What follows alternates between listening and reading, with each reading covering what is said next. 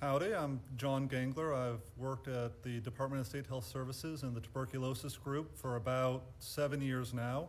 And in those 7 years, I've seen about 13 people come and go. Now, this is not a large lab. It's got about 8 people in it. So that's full turnover about once every 4 years. Now, this hurts the quality of the work we do. It also hurts us. We are constantly training new workers. Every week, every day, every month, we've got someone new that needs to be trained on something.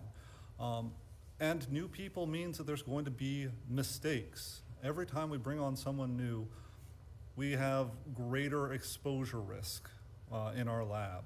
We've got some really great redundancies that have protected us, and we've gotten lucky so far, but the more we can't retain people, the more risk we've got to the people who are working in these labs.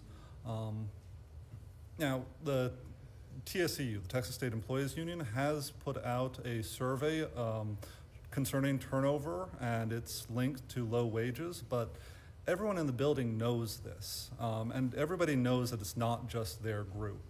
When the mailroom is having problems with staffing, we've got to take time out of our day to send somebody down to do the work that they can't. When the people who are preparing our media are shorthanded, we see our contamination rates increase. When the people who are entering in the patient information into our databases, when they're shorthanded, we can't get results out to the doctor as fast as they need them.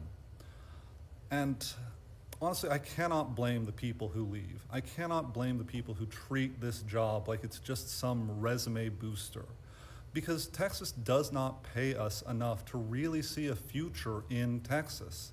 And that's just common sense. If you don't pay your workers enough to build a future in the community they're supposed to serve, they're not going to stay around.